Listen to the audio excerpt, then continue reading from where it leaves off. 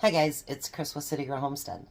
So for the month of March, I'm going to do a few canning videos. I am going to join a collaboration called hashtag March Canning Madness, MCM. And it's with Constance over at Cosmopolitan Cornbread.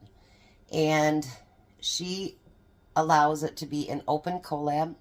So anybody that wants to join is more than welcome to. If you go over to her website, Cosmopolitan Cornbread, you can actually get the insignia and all the rules.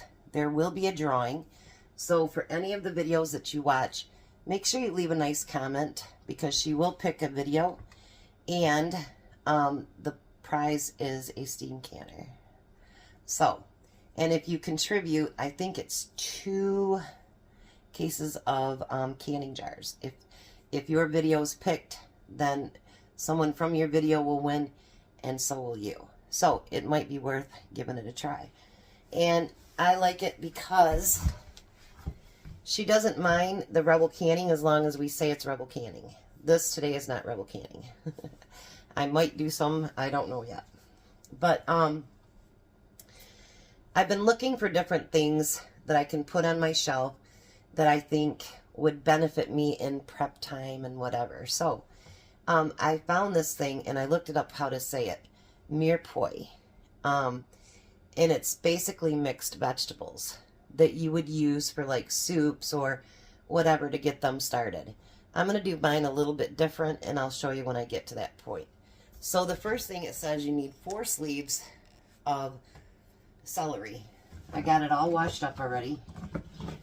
Make sure that you save all of your, your bits so that you can make either, chicken or beef or even vegetable broth. Now I'm not going to cut these really super small because I'm doing quarts, so it's going to can for about 40 minutes. So I don't want to, make them too small that they turn out mushy. So I'd say I'm doing them about like this. Because, they're going to be a nice little chunk, not too big. I'm going to try to use my pan over here, but if it's not big enough, then I'll have to go get my big silver bowls. I got my jars all washed up. I've got the canner out. I don't have everything else around yet. I figure I've got enough prep that I can get that stuff done as soon as I get all my prep done. So I'm not going to make you watch me chop up all this celery.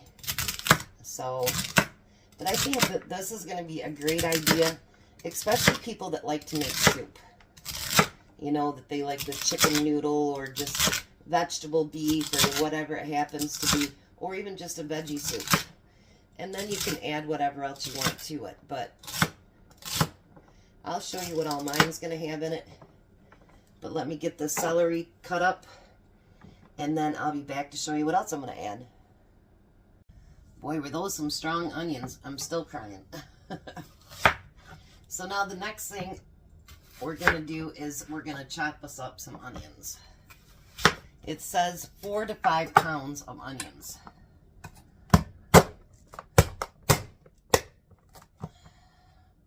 I know I could use my heavy-duty machine to do all this, but that's all right. Sometimes it's just fun to prep. Gives you time to sit there and just think. You know what I mean? Like, I like that. That's the one part of canning that I know it's the most work, but it actually gives you time just to chill. And I like that.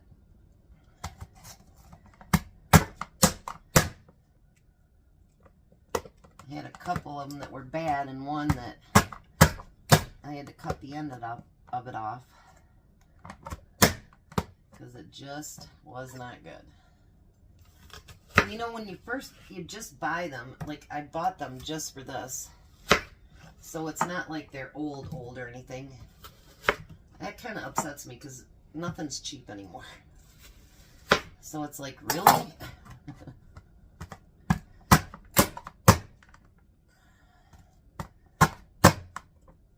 All right, let me finish up these few onions, and then I'll bring you back for my very last veggie. All right, so now the last veggie is 5 pounds of carrots. And I'm chopping these with this thing too. I'm hoping I have enough room to be able to stir everything together. Now, you don't have to stir it together. She shows it as being separate, but actually she talks about mixing it together too. So I'm going to mix mine together. I just think it'll be prettier in the jar. And I really don't need it separated like that. It's going to all get mixed together when I'm cooking it. So, I mean, you can do whatever you want to adjust a recipe. Just make sure that you don't change it so that it's not safe. So let me chop up the rest of these and I'll be right back. So I actually mixed everything by hand. Excuse me. I'm going to start by filling 7 jars. I've only got one of my canners out. If I get more than that, then I'll get my second canner out. But I'm going to fill these veggies right up to about the 1-inch headspace. And keep in mind, you're going to debubble these so it'll go down. I think if it goes like this, I think I'll have enough just for 7 maybe. But I think of it like this, you know, like, you can push that down too. I think of it like this, that, you know, you're going to have enough veggies. I talked to my daughter-in-law, and I said, do you think I should do quarts or pints? And she said, I think you should do quarts because, you know, any soup that you make, you tend to put quite a few veggies in it, you know what I mean? So why not have exactly what you need for your soup instead of, you know what I mean? Yeah, as soon as I get this stuff all cleaned up, then I can get my canner down, I'll get my lids down, all that good stuff. I got my canner over by the sink, I just gotta put water in it. And I didn't make the veggies too small so that, you know, they can actually be enjoyable, because if I'm going to do, my hands are very clean, by the way, I just washed them. But if I'm going to do a soup, especially a straight vegetable soup, I want to be able to taste those veggies, you know.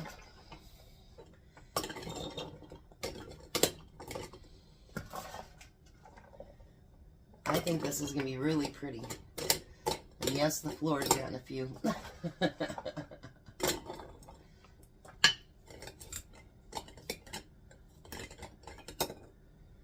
There we go. Let me finish filling these last 2 or whatever else I end up needing, and then I'll be right back with it.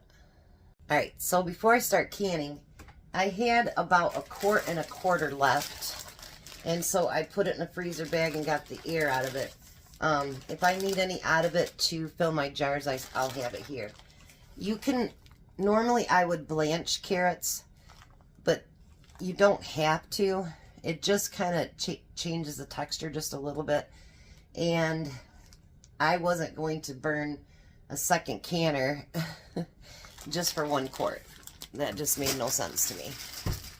And then I also got 2 bags, 1 of celery, and then carrots and onions here that I'm going to put in the freezer, and that will be to make some broth. So nothing went to waste on any of the veggies. And that one, I'll use that up first the next time I make a soup. So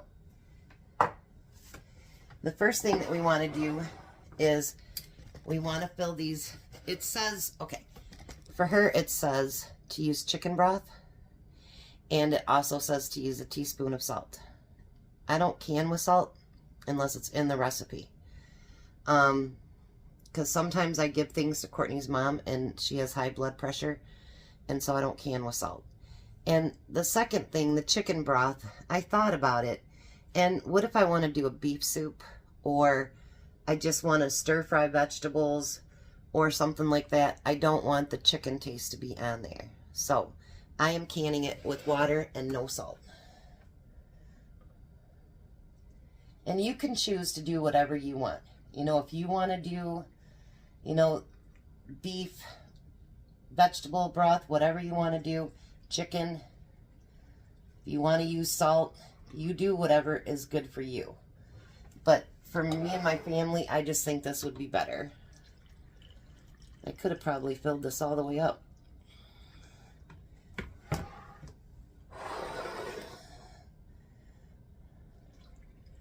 I just want to know that how I'm canning it is what's best for us and what we'll use most of, if that makes sense. I'll have to get more water too. I thought for sure if I halfway filled it, it'd probably be enough, but it's 2 jars short. So now we want to make sure we always debubble. So you want to get all those bubbles out of there. And this is when you decide if you need more water, if you need more veggies, whatever you need. Like in all reality, it's right at the 1 inch. I could technically put more veggies in there, but we're not gonna. We're gonna leave it right at that 1 inch headspace. And see how the bubbles, I wished you guys could see them as I'm doing them. See how the bubbles escape to the top? If you don't get those bubbles out of there, that actually allows bacteria and everything else to grow. I know, I'm a rebel canner, but I still can safely.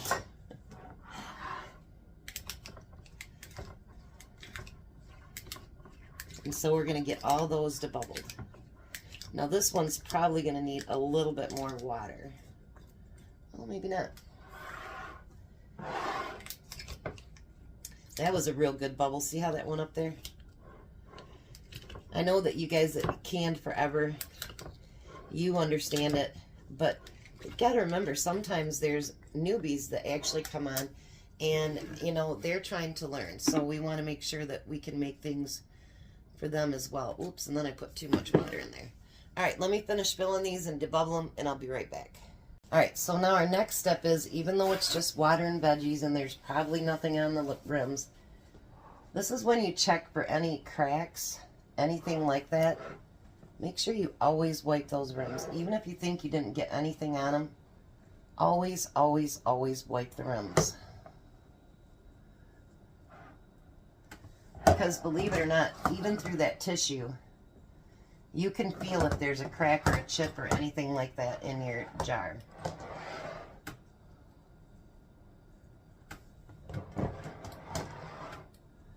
So always do that. Now normally I use my 4-jar lids, but I do have some other brand that, they were just no brand I got from the Amish store. And I need to get some of those used up, and I'm running out of my 4-jar lids. So I figured I might as well get some of those used up too. And they seal pretty good. I don't like them as well as my 4 jars, but you know what? They work.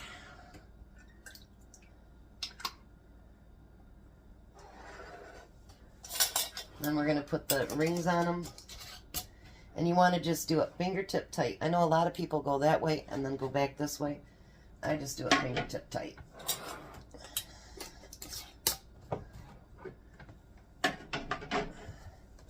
If you do them too tight, I found one time, and I got buckling lids. That's not good. But if you're just a new canner, don't let stuff like that scare you, because, you know, honestly, I was petrified when I first started canning, and you know what? It just, the fear goes away. You don't want to ever get overconfident, because then you skip steps and stuff like that. You don't ever want to do that. But you just build a confidence, and that's a good thing. I remember that first time, put that jiggler on, I was like, no. No. I don't want to do that. Alright, so now I've got the lid on it. This can only be pressure canned. So, just letting you know. People will say, well, you can do it longer, whatever. Don't do that. There's some things that you just, even if you're a rebbler, you just shouldn't do. And this doesn't have enough acid or anything in it to make it safe to water bath. So pressure can it. I'm going to let the steam come out for 10 minutes. Then I'll bring you back and I'll put my jiggler on. And for quarts, we're going to can for 40 minutes. For pints, it would be 35. So we'll be back, and I can't wait to see how these turn out. Alright, so now after the 10 minutes of steam, you want to put your jiggler on for your area, which mine is 10 pounds. You notice it's jiggling, then it'll stop, and then it'll start again. That's what you want to do. With mine, it's just a little bit more than half on my my stove. On my old stove, it was actually a little bit less than half. So you kind of got to feel out your stove on what it's going to be. But mine's just a little bit more than half. Now I'm going to set my timer for 40 minutes. Make sure you do not touch that. Let it set. I'm actually going to go to Walgreens after it finishes, and then it'll be nice and cool when I get back, and then I can take my jars out. Make sure it comes to down to temperature on its own. Do not try to open it up early, because that will crack your jars. I had that happen one time because I got excited when I first started doing it, so you don't want to lose your jars. So let it go for the 40 minutes, then just shut it off and let it set. Let it cool down, and then you can start taking the jars out. Alright, so there we go. Those are going to be absolutely beautiful to put into a soup. They've been sitting there for a while and they're still cooking. Look at that, isn't that pretty colors? So now you can get everything, if your chicken or whatever's already cooked, put that in with some broth and some noodles or whatever you happen to want to cook it with, and your soup's done. That's what I really liked about that. So there you go. You guys have a blessed day. Be a blessing, and check out the other videos as well.